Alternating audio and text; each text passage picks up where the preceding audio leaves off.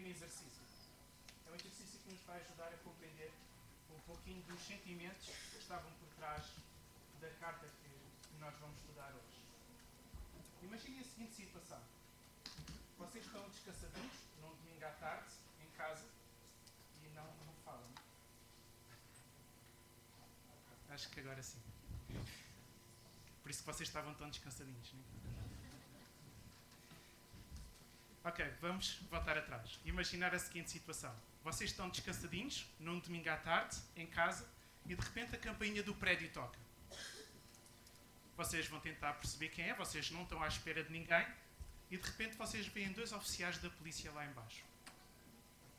1001 perguntas começam a surgir na vossa cabeça. Vocês então abrem a porta do prédio, os 2 oficiais da polícia começam a subir, e de repente vocês percebem que o vosso filho está com eles. Vocês pensavam que o vosso filho estava a brincar na rua juntamente com os amigos.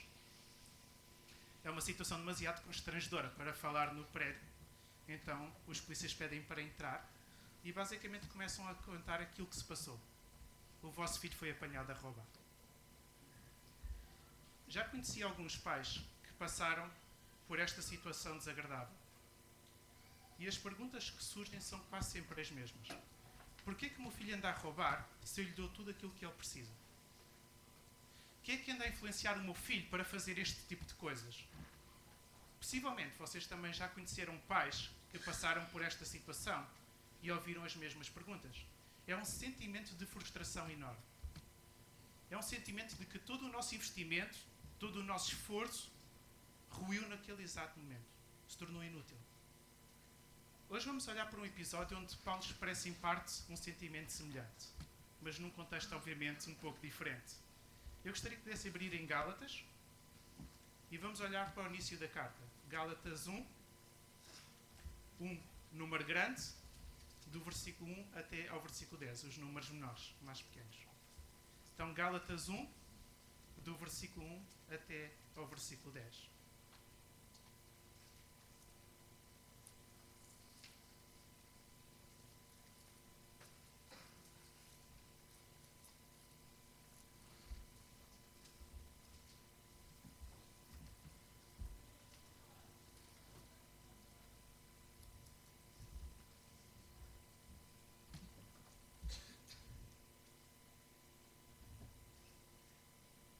Vamos começar a ler então em Gálatas 1, versículo 1. Da parte de Paulo, designado apóstolo, não pelos homens, nem por qualquer intermediário humano, mas por Jesus Cristo e por Deus Pai, que ressuscitou Jesus da morte, e da parte de todos os irmãos que estão comigo às igrejas da Galácia.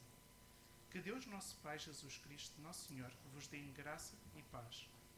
Foi Jesus Cristo que se entregou à morte, por causa dos nossos pecados, para nos libertar deste mundo mau em que estamos. Cumprindo assim a vontade de Deus, nosso Pai, glória lhe seja dada para sempre. Amém. Admiro muito que estejam a abandonar tão depressa aquele que chamou pela graça de Cristo e que estejam a seguir um evangelho diferente. Não é que existe outro evangelho, mas a verdade é que há umas certas pessoas que vos causam confusão e que querem modificar o evangelho de Cristo. Que seja maldito quem vos anunciar um evangelho diferente daquele que vos anunciamos. Ainda que fôssemos nós próprios ou mesmo um anjo do céu, repito o que acabo de dizer. Se alguém vos anunciar um evangelho diferente daquele que receberam, seja maldito. Porventura procuro eu mais a aprovação dos homens do que a de Deus? Ou procuro agradar aos homens? Se procurasse agradar-lhes, não seria verdadeiro servo de Cristo. Vamos orar mais uma vez.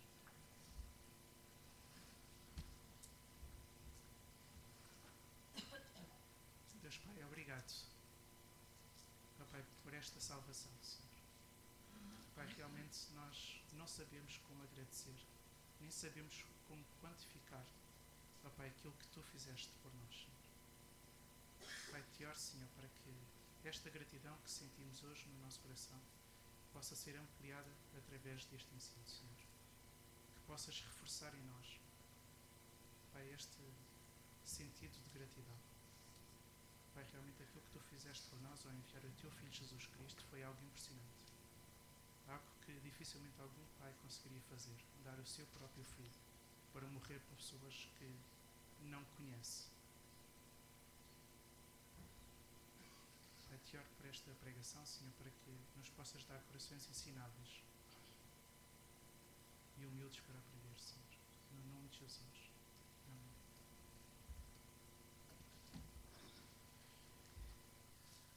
Esta carta aos Gálatas é com certeza uma das cartas mais emotivas e mais energéticas de Paulo. Paulo, nesta carta, ele comporta-se como um pai que está a ver o seu filho entrar por caminhos errados. E o sentimento que se apodera de Paulo nesta ocasião não é um sentimento que o leva à frustração, não é um sentimento que o leva a desistir dos seus irmãos na fé, mas é um descontentamento tal que o leva a agir, que o leva a fazer de tudo, que o leva a alertar para que estes cristãos voltassem aos caminhos corretos. E por causa deste descontentamento, Paulo utiliza uma linguagem bastante dura. Às vezes, quando lê esta carta, quase que imagino Paulo a gritar. Para vos ser sincero, durante algum tempo, este era um dos livros da Bíblia que mais me custava ler. Eu não percebia o porquê de uma linguagem tão dura por parte de Paulo. Às vezes parecia que o próprio Paulo estava a ralhar comigo sem eu saber o porquê. E isso levou-me a afastar deste livro durante algum tempo.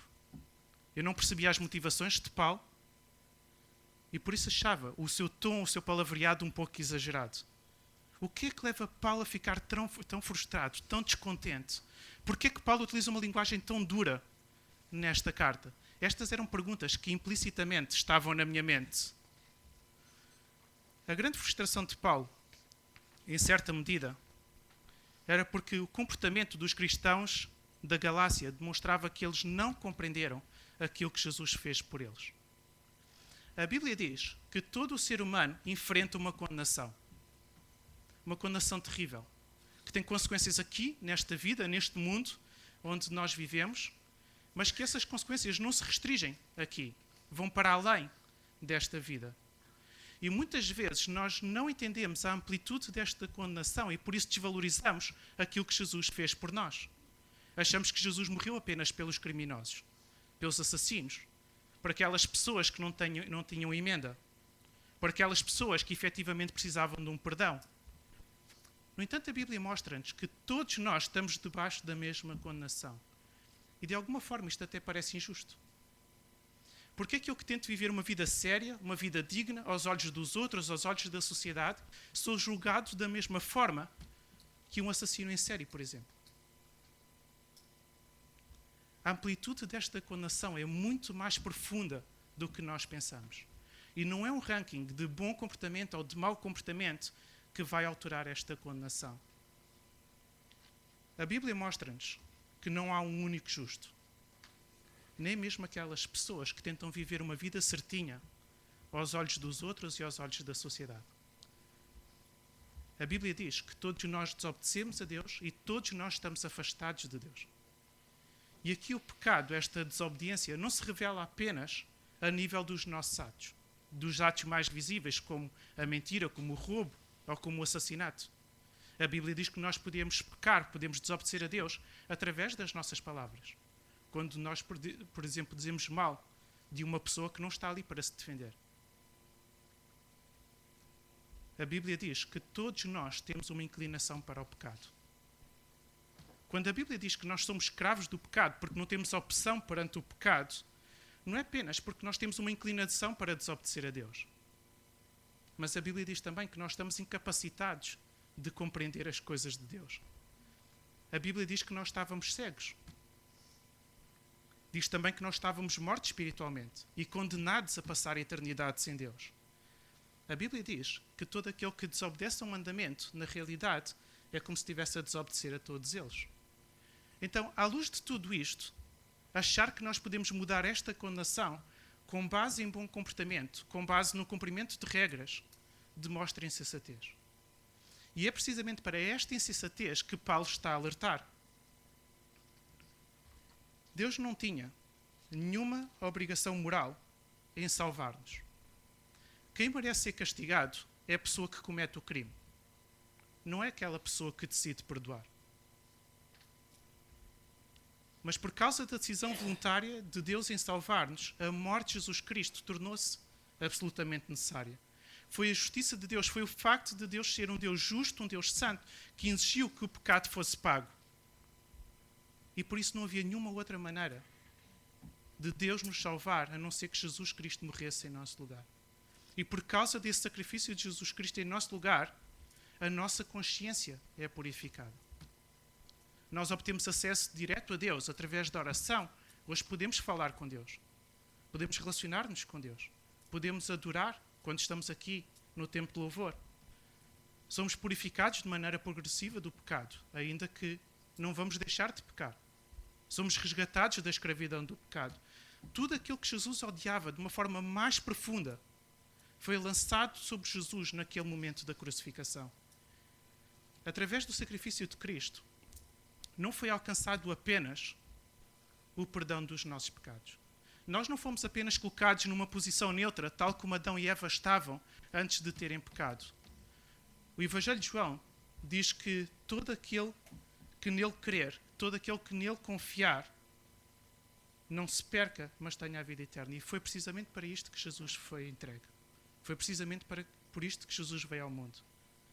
Para que todo aquele que nele confiar não se perca, não morra, mas tenha a vida eterna.